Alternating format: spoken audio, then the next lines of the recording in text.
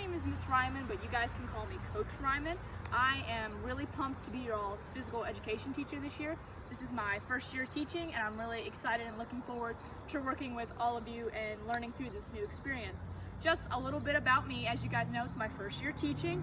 I'm from a very small town in Virginia called Tom's Brook. I've lived there my whole life until teaching now. And just 3 really quick things to make you guys know a little bit more about me. Number 1, I have a really cute dog. Her name is Raven. She is half German Shepherd, half Lab, and she's not even a year old yet, so she goes crazy a lot. I'll have to bring her in for you guys to see her sometime. 2, I have 3 younger sisters. I am the oldest in the family, so growing up with a big family was kind of awesome. I got to experience a lot of things with them. And number 3, I was actually a college athlete in school. I ran track and field, and so you guys know I'm going to be very competitive, and I'm going to push you guys to be the best that you can possibly be. So now that you know a little bit about me, we're going to go over our 5 classroom rules that are going to be effective through this whole year. So our first rule is to remember to dress out. You can't perform physical activity and fitness without being in athletic clothes and tennis shoes, so let's all try to dress out every day so that we can give it our best shot. Number 2, no cell phones in class or the locker room. Having cell phones in the locker room is a major violation of school code, and having your cell phone out in the classroom is a major distraction to others and yourself. So let's try to keep cell phones off during the class period. Rule number 3, we're going to be respectful and prepared for class. If you're not prepared for class, you're not going to perform to your best ability, which means you're not going to learn to the best of your ability. So let's always be prepared and ready to learn. Number 4, we want to handle the equipment with care. This equipment can be very fragile sometimes, and it can also be very expensive. So let's try to keep this equipment in the best shape it can be so that when we need to use it again, it is ready for us to use. And then rule number 5, let's all try to follow directions. When we follow directions, we're learning correctly, and we're not having to repeat ourselves over and over and waste class time. We're able to learn effectively and be a better community this way. So these are our 5 rules for class, and we're going to follow them for the rest of the year. So now that we've gone over the 5 main rules that we're going to be using in class this semester, I'm going to briefly talk about the consequences that are going to happen if you guys break those rules. So let's take a look at it. So the first consequence that I have if you guys break a rule is a verbal warning. And this is just me basically explaining to you that you've done something wrong in class and we're hoping to fix it for the next class period. So our second consequence for if you break a rule is going to be sitting out and thinking about your actions. This is when I'm going to ask you to come off to the side of the gym with me, and I'm going to hand you a slip that's going to ask you what else you were doing wrong today. So we're going to ask what behavior got in trouble, how you can fix that behavior, and what we're going to do next time to improve. So our third consequence for breaking a rule is sitting out again, but this time you're also going to willingly lose participation points. So this is very similar to consequence number 2, where I take you out to the side and make you fill out that sheet. You'll do the exact same thing, but I'm going to remind you that you're going to lose points today because this is the 3rd time we've had to take action. So now that we're on our 4th consequence, if you break a rule for the 4th time in class, you're going to get a 0 for the day. You've been very disruptive in class today, and I need to let you know that this is not acceptable. So we're going to have you sit out on the side, and you're going to get a 0 for the day while you do an alternative assignment, which you'll get a different grade on. So our 5th consequence for breaking another rule is going to be me sending you to the principal's office. This has been after a long day of being disruptive.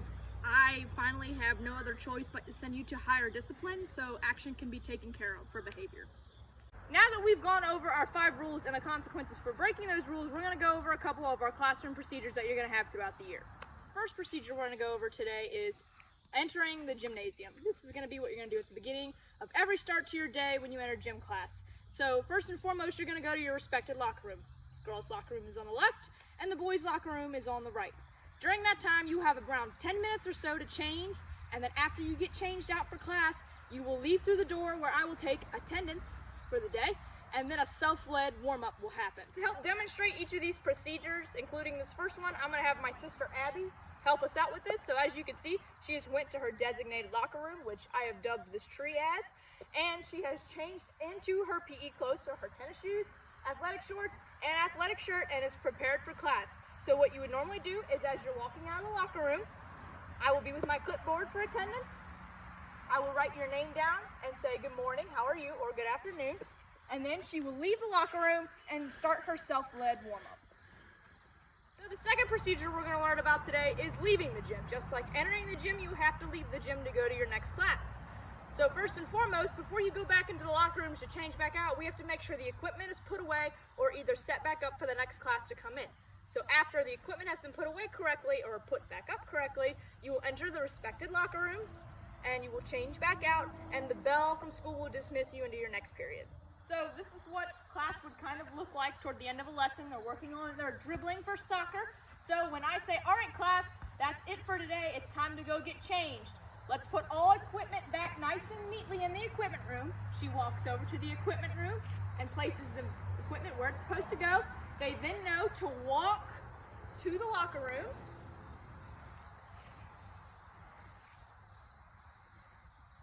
They get changed with a certain amount of time that they have, and then the school bell will ring, dismissing them from class, and they can go to their next period. Third procedure you need to know for this class is how to go to the bathroom and how to get water.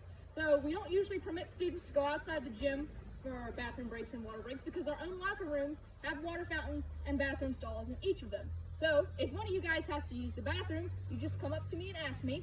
I'll get my keys to unlock the locker room for you because the locker room is locked during class time, and you guys will go in there and do whatever you have to do. Now, only 2 students are allowed in each locker room at a time to avoid everyone trying to go in there at the same time, unless there's an emergency, and then we might talk about letting you in there if there are more people than you. So Abby is going to come up and ask me a question. So, hey Abby, what can I do for you right now? May I go get some water? So, she wants to go get water. I say, yes, that's fine. I take my keys to the locker room. I walk with her. I let her in the locker room. She goes in, and she's the only one that's in right now. So one other person can ask, and then she comes out when she's done and resumes play. Feature number 4 is getting out equipment and putting back equipment. So every day, if we're not set up, I will ask you guys to go get equipment for me. I will give you specific instructions to handle them calmly and carefully, what specific equipment to bring out, and where to place it on the gym floor. And just like leaving the gymnasium, we will go put the equipment back into the equipment closet where it goes until you go to the locker room. I have instructed them to go get soccer balls out of the equipment room because that's the type of activity we're dealing with today. So I walk with them to the equipment room to show them what to get specifically and make sure that they're doing it correctly. So if we need soccer balls, they will grab the soccer balls. And I told them to just take it out onto the court in their own personal space for the time being so we can start the lesson. And that's what they do until it's time to start teaching. Now when we're putting the stuff back away, I will say, all right class, it's time to put stuff away. They will head back to the equipment room. Once everything is put back nice and neat and correctly, they can head to their locker rooms. Procedure number 5 is choosing partners. All throughout the semester and the year, I will choose your guys as partners because everyone in class should be friendly and familiar with each other. Normally how I do this is I usually have you guys line up in a row, and I'll either do like a count off, so like 1, 2, 3, 4, 1, 2, 3, 4, and you guys will go with your respective people, or I could just randomly assign you with someone. So I could say, okay, Jason, today you're gonna be with Adam, and just randomly pick you. So procedure number 6 is learning your starting and stopping signal for when you can begin moving and when I need you to stop moving so I can give you instructions. Normally I play music when we're doing activities, so when you guys hear the music stop, I expect you guys to drop your equipment onto the floor nice and neatly between your feet and stand still and listen for my instructions. After I'm done giving instructions and you hear the music begin again, you can pick up whatever item you need and resume your activity. I like to move it, move it. I like to move it, move it. You like to move it. I like to move it, move it. I like to move it, move it. I like. So procedure number 7, which I'm not going to have acted out, but I'm still going to explain to you guys, is if someone gets an injury in the class. So this is going to be touching base on whether it's a minor injury, like a cut, or if it's something major, like someone breaks a bone or sprains something. So if one of you guys gets injured, all activity around them is going to stop. It doesn't matter if the music's still going or what, everything stops around them because we don't want to injure them any further. After we determine if it's major or minor, so let's take for example if it's minor, like a cut, or a bruise or something like that, I will give that student permission to go down to the nurse's office and get it treated. If it's major, like a sprain or a broken bone, I'm going to call the nurse down to the gym and they're going to look at it. Now, if we can move you, like if you can walk and get up, we will take you to the side of the gym. But if you need assistance moving, I will give assistance, and another PE teacher from another class will also come over and help to get you to the side of the gym until the nurse can get there. Our last procedure, number 8, which we're also not going to show, but let me explain, is the dressing out policy. So as you guys know, when you go into the locker rooms, you have to dress out to get ready for a class that day. If you end up not having clothes, we always have a couple spare in there that we can give you, but in order for us to give you the spare tennis shoes or clothes, you have to leave your book bag in our individual office so that we know you will return them at the end of class.